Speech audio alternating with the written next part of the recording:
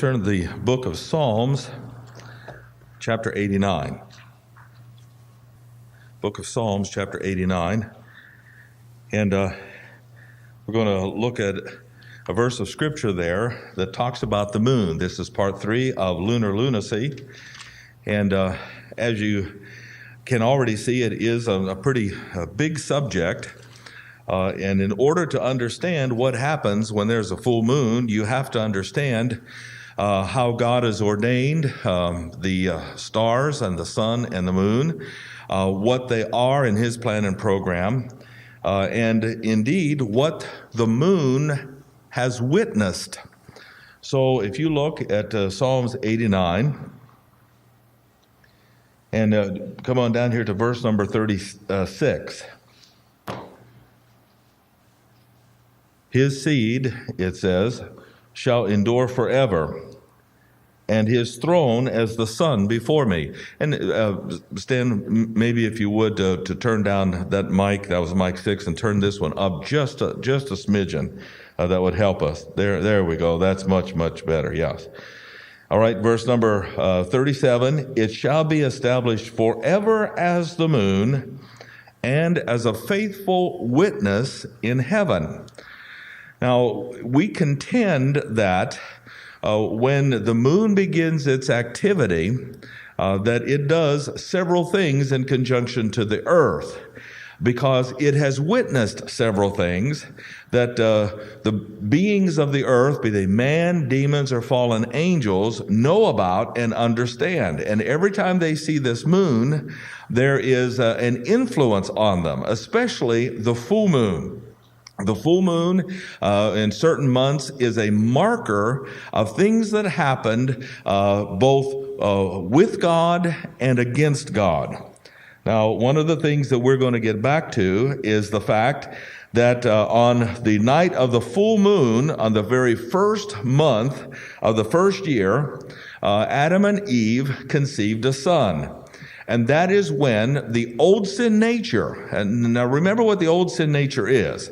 It can be religious or irreligious, moral, immoral. And the old sin nature began its progress throughout the entirety of men in the world.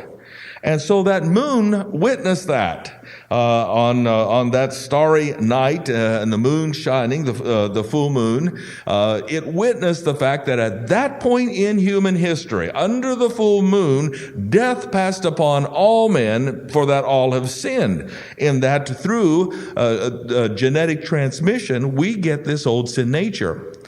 And it's the full moon, we believe, that stirs the old sin nature.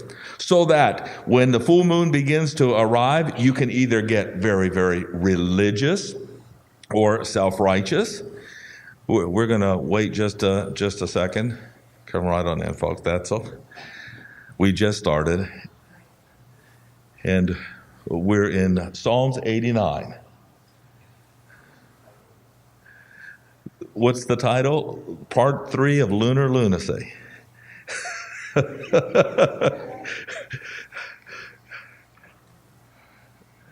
Okay, and what we're simply doing is explaining God's purpose for the moon here in Psalms 89, verse number 37. Both the sun, moon, and stars under what's called the celestial covenant are going to exist forever. Yes, they're going to be modified, they're going to be updated, they're going to be cleansed by fire from the stain of sin, both by men and angels. But these planets are going to be there forever because God promised, and He attached promises to men in conjunction with the sun, moon, and stars. That's the context here, but that's not we'll come back to these portions and look. But it says in verse number 37, again, He established the moon as a faithful witness in heaven. And we believe that the moon is a marker. Things happen under especially the full moon. Now, the new moons are the beginnings of Israel's months. And you count the first month, and then the third month, and then the seventh month, and the Feast of Jehovah, and each new moon is important, each full moon is important. But here was one thing that happened that was very bad, and we'll get back to the old sin nature. But genetically, the old sin nature is passed down through human conception. And we believe that under the full moon of the very first month of the first year, Adam and Eve conceived, and that's what it's a witness to. And genetically, when full moons arrive, it is innate, it's inherent. There's a subconscious sense. We know what's going on. And the moon, in this case, begins to stir the old sin nature. Now, that's not going to be our subject tonight, but we're going to look into that in more depth and detail in upcoming lessons. Okay? There is another time when the moon was a witness, and this too is something that we'll look at in more depth. But on the very month when God is going to send the flood, the 17th day of the month, we believe that the new moon, not the new moon, but the full moon witnessed the rounding up of the incarnate angels on earth. Remember, that's what caused the Nephilim, the Rephaim, and the mongrelization of both men and animals. That is, these angels took the form of human flesh. They became men. They cohabited with women, the human women, and eventually they were going to have to be judged.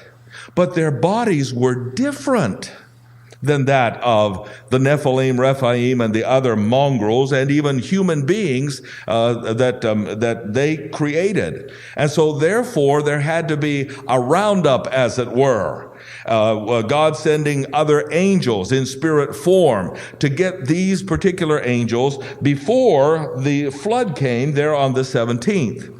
And we'll show you how that this full moon is coordinated to another time when Jesus Christ died and was buried under a full moon, and he went to visit these particular angels in Tartarus when that moon was up there. So that moon witnesses now, and anyone that was a Nephilim and a Rephaim live in, by the way, those demons are still alive today. Anyone that was there and lost their body understood by that moon that their daddies, as it were rounded up and incarcerated under that moon.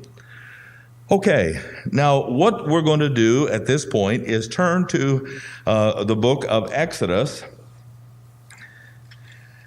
And I had some to say, Pastor, would you please go over what you did, but just go a little more slowly and comment as you go here. So that's what we're going to do, and especially for those who might have missed.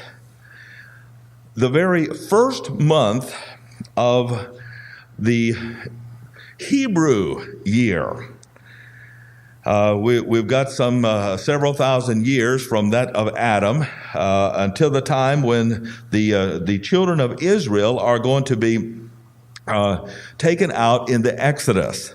Now we're going to even add a little more material and a little more detail to it this time because this full moon is very, very important. So here we are in Exodus chapter 12.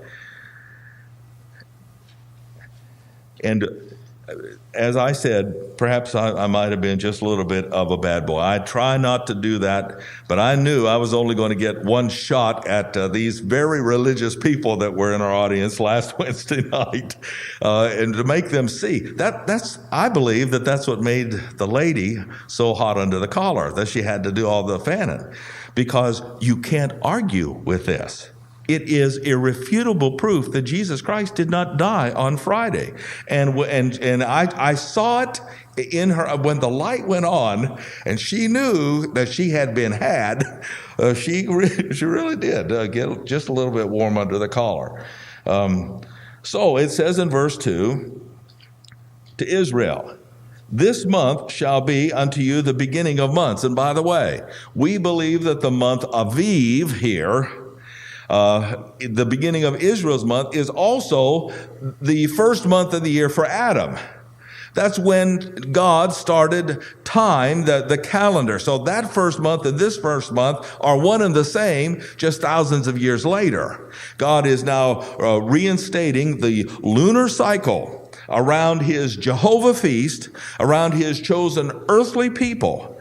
And so they're going to have to keep tabs of the moon and what happens. So it says, it shall be the first month of the year to you.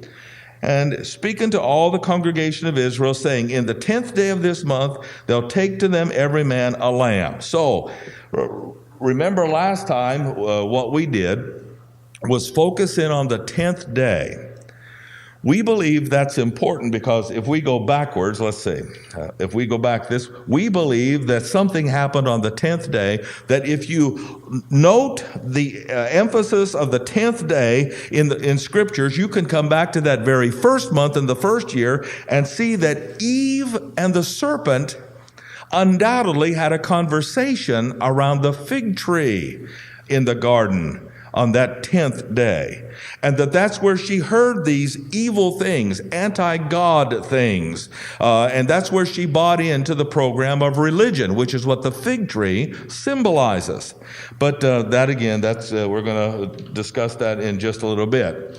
But on the 10th day, when Eve chose the serpent, God says, I want Israel to choose a lamb, and a special kind of lamb.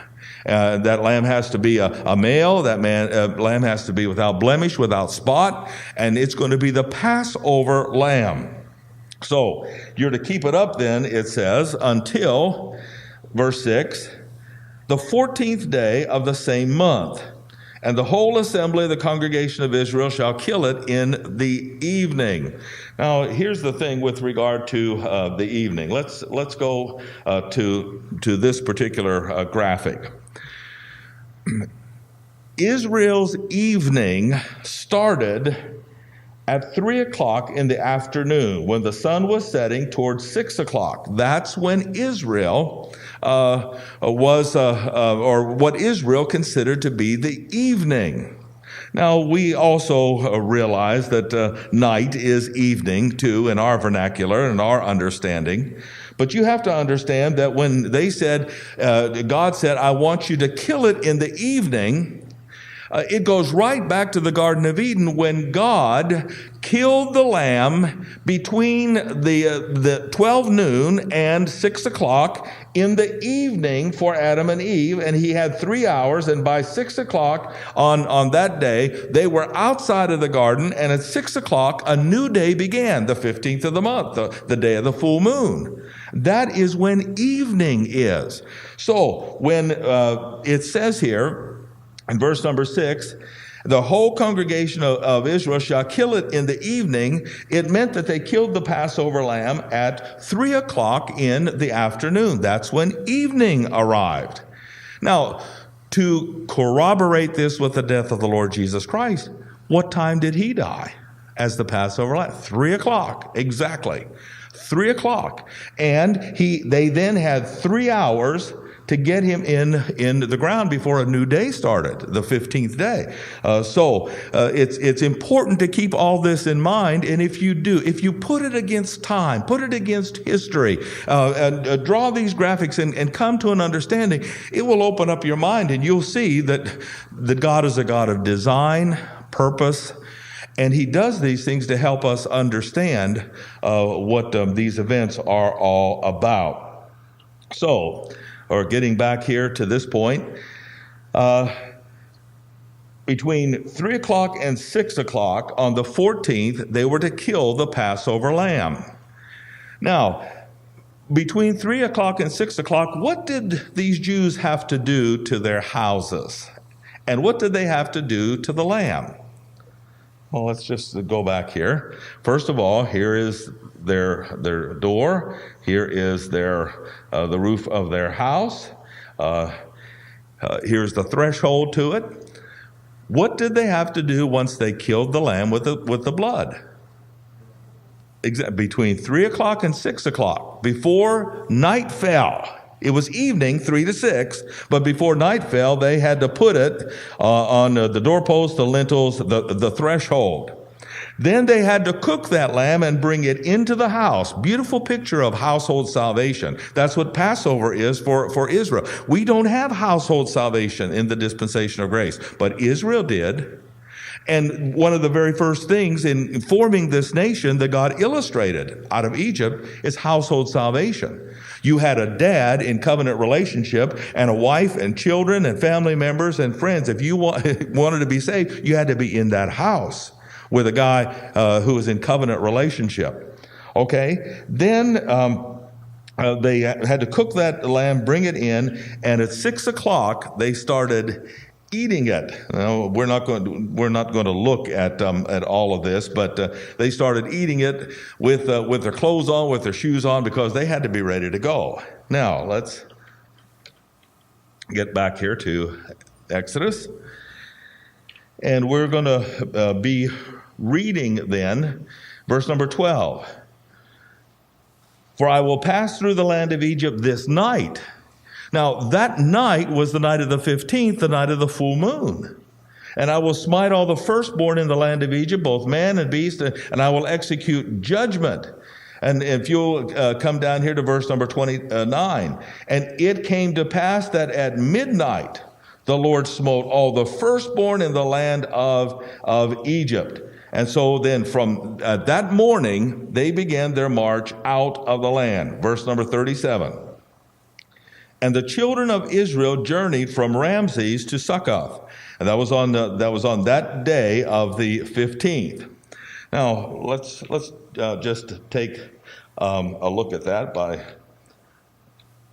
coming to this particular graphic. On 3 o'clock, Passover lamb was killed. That night at midnight under the full moon, the death angel came, killed all the firstborn. That morning they made a journey from Ramses to Succoth and encamped there. They walked during the day. Now that's important. If you'll hold your place here and come to the book of Numbers 33, we'll just go over these encampments. So it says in verse number 3,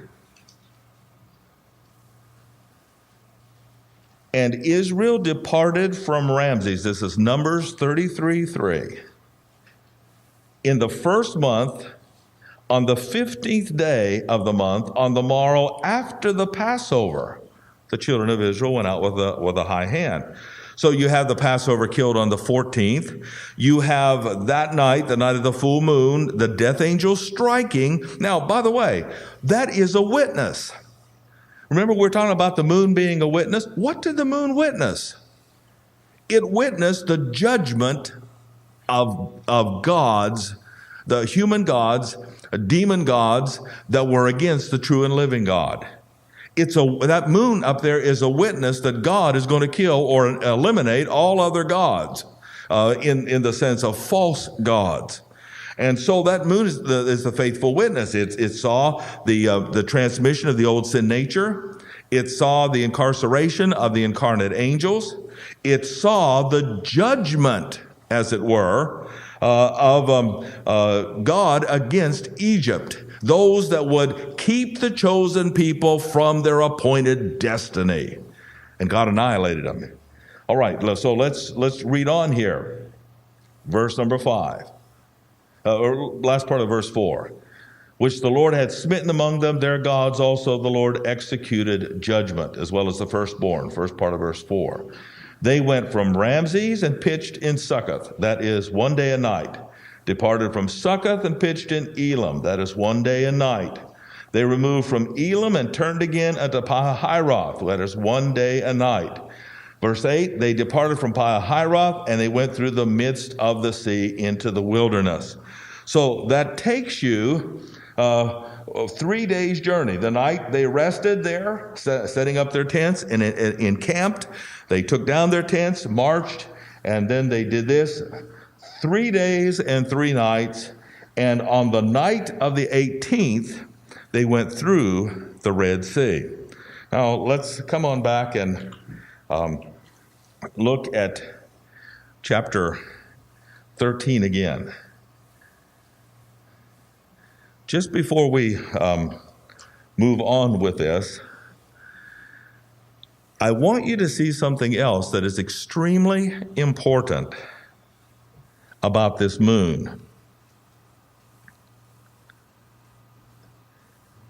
This is the 15th day of the full moon, and we're going to look 430 years back at something else the moon witnessed.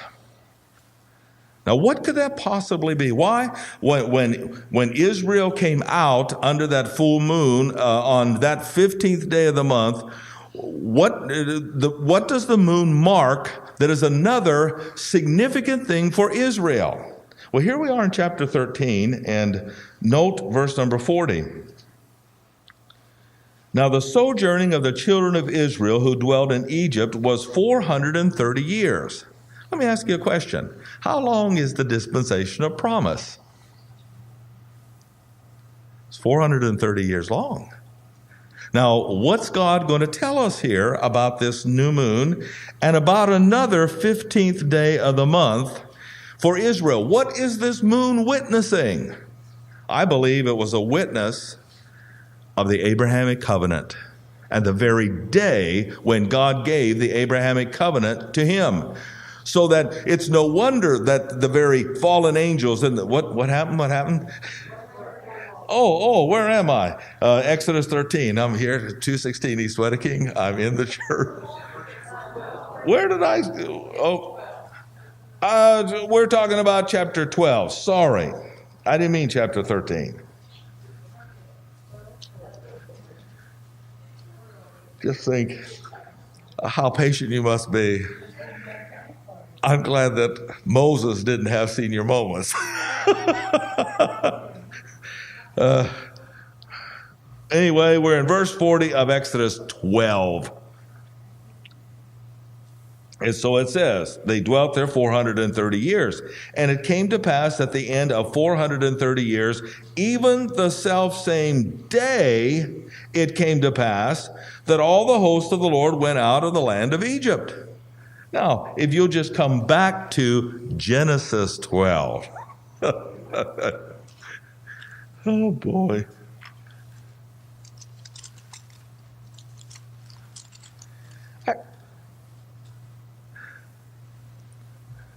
Genesis 12 and verse number 1.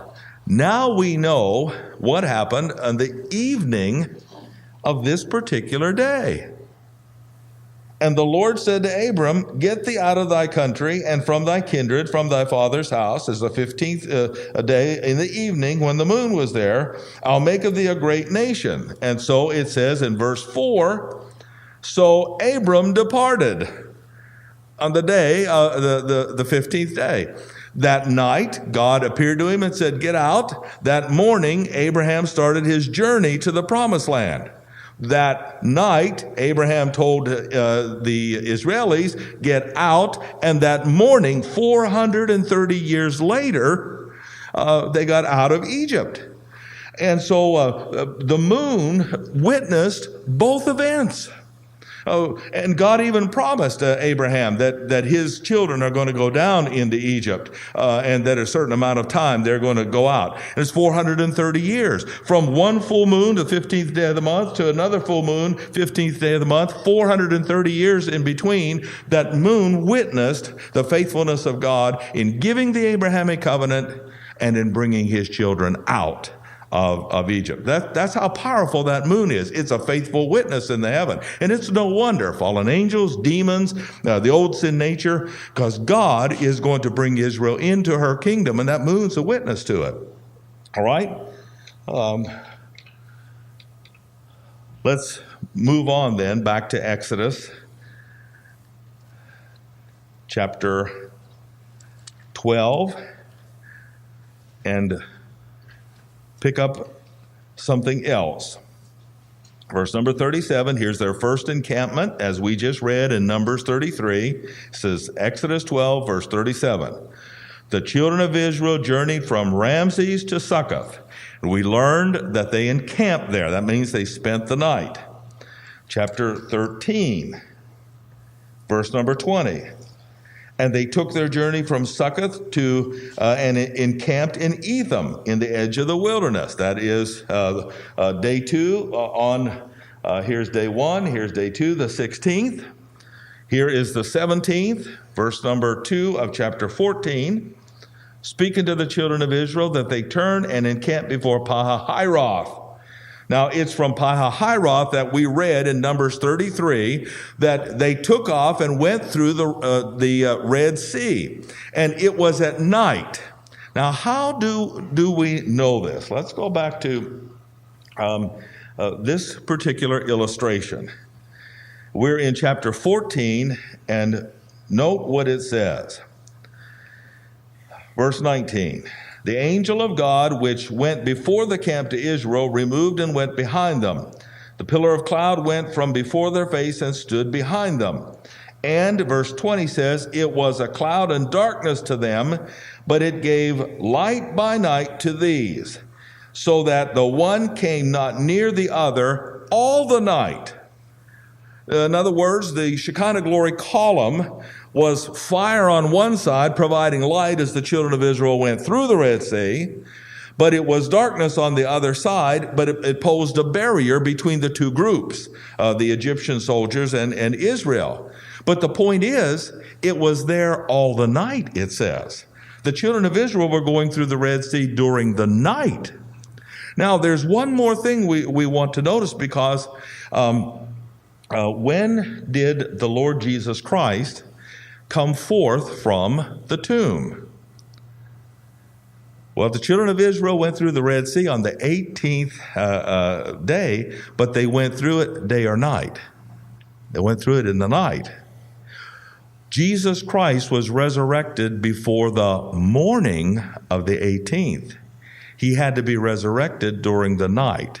Now, I'm going to give to you what I believe to be the approximate time of the resurrection of Jesus Christ, and it's right here in the text.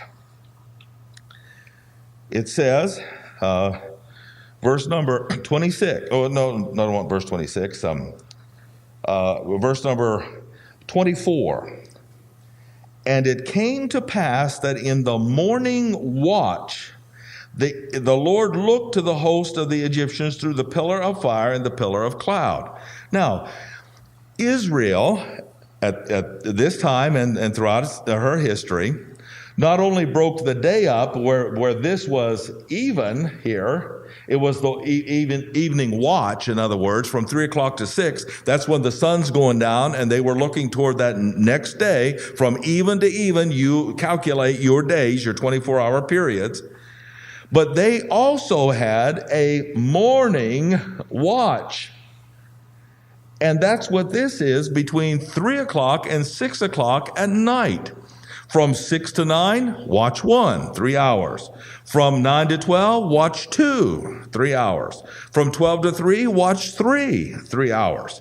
And then you have the morning watch, where it's beginning to get lighter, the sun's coming up, and that sort of thing. And that's when the Lord looked through the cloud there, and he said to Moses, the children of Israel by this time are on the other side of the Red Sea, totally on land. The Egyptians are totally encompassed by the water. Moses stretched forth his hand over the sea, and the sea returned to his strength. And when the morning appeared, says verse 27, when the morning appeared, the Egyptians fled against it, and they overthrew it. And so they saw the Egyptians then that morning at light. So Jesus Christ, when did the disciples come to the tomb? Well, it was as morning light was breaking. It was the evening watch from 3 to 6 was over, and by sunlight they could see everything. Jesus Christ was resurrected. By sunlight, Israel could see that God had delivered them from the Egyptians. Okay. Now, in our pursuit here, we're eventually going to get back to the timing of Christ and his death. But we're going to do something else while we're here in this context, and that is show you how the moon marked a couple of other things during this historic period. All right? The fall of manna. Let's come to chapter 16. And this is how we know that the timing is accurate as to the 14th being a Wednesday and the 18th being a Sunday morning. Because you can trace Israel's 30-day lunar months, and you can trace the time when the manna fell from heaven, which the moon witnessed. All right? Let's look at chapter 16, verse 1. And they took their journey from Elim, and all the congregation of the children of Israel came to the wilderness of Sin, which is between Elim and Sinai, on the 15th day of the second month after their departing out of Egypt. Okay, what is the 15th day but the day of the full moon? And God is going to make a promise to them that he is going to follow through with for 40 years. And that full moon is going to be a testimony to Israel of the faithfulness of God. What did God give Israel for 40 years from heaven? Manna. When did he start the program? Full moon. As a matter of fact, he's going to end the program on the full moon 40 years later. That moon is a witness to the faithfulness of God. That God is going to provide for Israel without a grocery store, without a McDonald's, through the wilderness for 40 years. And at the end of 40 years, when they enter the land, the moon is going to witness that God cut off that program and they now can eat of the supply, the milk and honey of the land. Okay, let's look at this. They were murmuring and complaining that they didn't have enough to eat. And so, verse number 4, behold, I'm going to rain bread from heaven for you. The people will go out and gather a certain rate every day. It shall come to pass that on the 6th day they shall prepare that which they bring in, and it shall be twice as much as they gather daily. And then, of course, on the Sabbath day, the 7th day, they're not going to gather anymore. Now, it was on the 15th day of that month that God made this promise. Because the next day, for 6 days, 3, 4, 5, 6, they were to gather twice as much on the 6th day. And on the 7th day, which was the next Sabbath day, they were to not gather any at all, but live off the double portion of the 6th day. And that's exactly what happened here. It says, verse number 7, and this happens on the 16th now. God makes the promise under the full moon. In the morning, then you're going to see the glory of the Lord. This is the first day. And you'll live, and in the evening you'll have flesh to eat, and in the morning you'll have bread to the full. And this happened for, for 6 days. Verse number 26. Let's go up one, verse 25. Eat that today, for today is the Sabbath unto the Lord. Today ye shall not find it in the field. 6 days you'll gather it, but on the 7th day, which is the Sabbath, there shall be none. It came to pass that there went out some of the people on the Sabbath day to gather, and the Lord said, how long refuse ye to keep my commandments, and so forth. Last part of verse 29. Let no man go out of his place on the Sabbath, so the people rested on the 7th day. And if you'll trace this Sabbath to this Sabbath, when God made the promise under the full moon of 15th day of the second month, and you go back, you can trace it to know that Jesus Christ, or rather the Passover lamb, was killed on the 14th, and that this was the pattern, the model of the death of Christ, the burial of Christ, and the resurrection of Christ.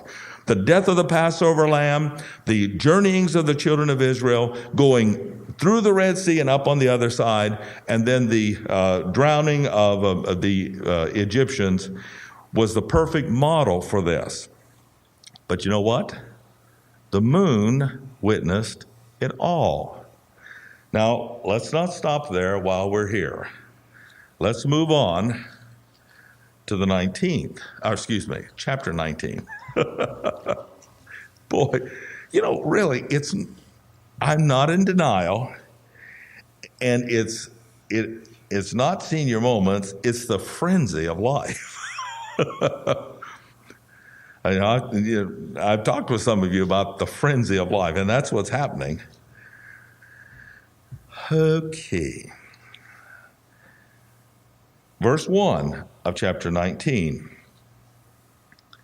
Now, let's trace this down, and you're going to see, we've got 6 minutes. You're going to see another fantastic thing that the moon witnesses to. And that's the giving of the law, but most especially the pattern of the heavenly tabernacle and the priesthood. It's going to be given at that time. In the 3rd month, when the children of Israel were gone forth out of the land, the same day. Now, that reference to the same day is the first day, okay? On the first day of the 3rd month, Israel came into the area of Sinai. Verse 2 says, they camped before the mount. Anytime it says that, you've got them a night over into the next day. That brings us then to the 2nd day. So we're moving through this. On the 2nd day then, verse 3, Moses went up to God, and the Lord called unto him out of the mountain. And so he went up there and talked to him, and Moses came and called for the elders. This is verse number 7 now. Moses came and called for the elders, and laid before their faces the words which the Lord commanded. And all the people answered together and said, the Lord has spoken, will do. Moses returned the words of the people to the Lord. Now, we're going to move one more day to day 3. There was no more activity that day. They encamped. And on verse number 9, God said something to Moses. Go unto the people and sanctify them today and tomorrow, and let them wash their clothes and be ready against the 3rd day. For the 3rd day the Lord will come down in the sight of all the people. So he was here on that day. Again, it says, go to the people, verse 10, and sanctify them today. And be ready against the 3rd day. So you've got 1 day here today, the 2nd day, and the 3rd day. That's an interesting thing about that 3rd day. It is the 50th day. If you go back here, it is the 50th day if you start counting the days after the 15th of the month. Now, what is the 50th day that God incorporated into his Jehovah feast, where it's one of the 3 mandated feasts of Israel? Day of Pentecost. It's the 50th day at this point.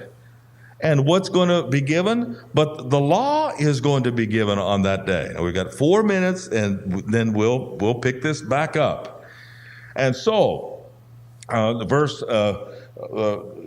Moses brought the people then close to the mountain on that day. Verse number 18, Mount Sinai was altogether on a smoke. I like that. It's altogether, well, not in America, not in restaurants today. We're smokeless. All right. I'm just teasing, of course. Because the Lord descended upon it in fire. And the voice of the trumpet, verse 19, sounded long and louder. And the Lord came down, verse 20, on the top of Mount Sinai. And Moses went up to the top of the mount. Moses went up. And God says, go down. I like that too. I just got here. God said, turn around and go down. Why? Because the people are going to break through and try to gaze. And so verse 25, so Moses went down unto the people and spoke to them. And you'll see that, follow along with me here, you'll see in chapter 20 that Moses was still at the base of the mount.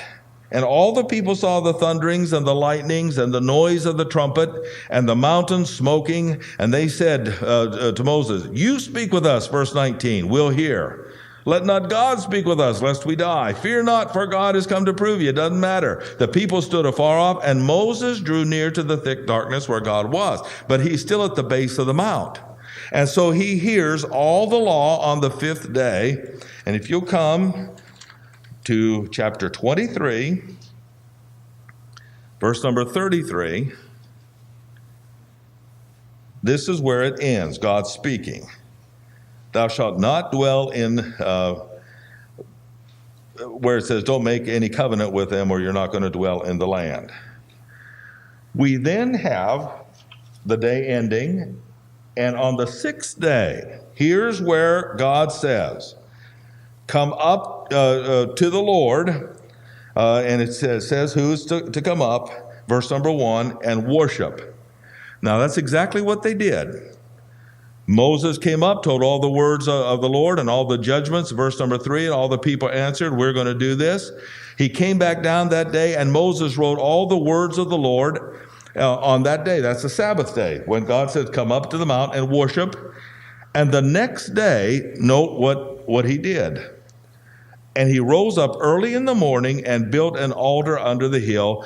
And on the seventh day of this third month, the law was ratified in Israel. Now, we just have a short period of time, and we're gonna have to establish this, and then come back next time. You say, Pastor, wait 1 second here. We're still 7 days from the full moon. Note how meticulously God documents this. Verse number 12. And the Lord said unto Moses, come up to me in the mount and be there, and I'll give thee tables of stone. Now this is further documentation of the law, and also, as we'll see, the tabernacle. So he went up there, and verse number 15 says, Moses went up into the mountain, a cloud covered it, and the glory of the Lord abode on Mount Sinai, and the cloud covered it 6 days. 1, 2, 3, 4, 5, 6 days. Moses is up there. And the seventh day he called Moses out of the midst of the cloud, and in the sight of the glory of the Lord, it was like a devouring fire. And Moses, verse 18, went into the midst of the cloud, got him up to the mount, and Moses was in the mount 40 days and 40 nights. So here's the seventh day. When he climbed up there, the day ended. What's the very next day? That starts the 40-day countdown. 15th day of the month, where you have the full moon. And what do we have immediately there in verse number 25, or chapter number 25, verse 8? Let them make me a sanctuary that I might dwell among them. According to all I show thee after the pattern of the tabernacle. Verse number 40 of chapter 25 says, look that thou make them after their pattern which was showed thee in the mount. The first day that Moses was in the mount of God, where God began the process of revealing it, was the 15th day of the third month. So, what did the moon witness? The destruction of the firstborn, the exodus of the children of Israel. The promise of God to provide them for manna until they didn't need it anymore. And lastly, it witnessed God opening the heavens and showing Moses on this mountain the pattern of the Levitical priesthood, the tabernacle, the sacrifices, and so forth. Okay.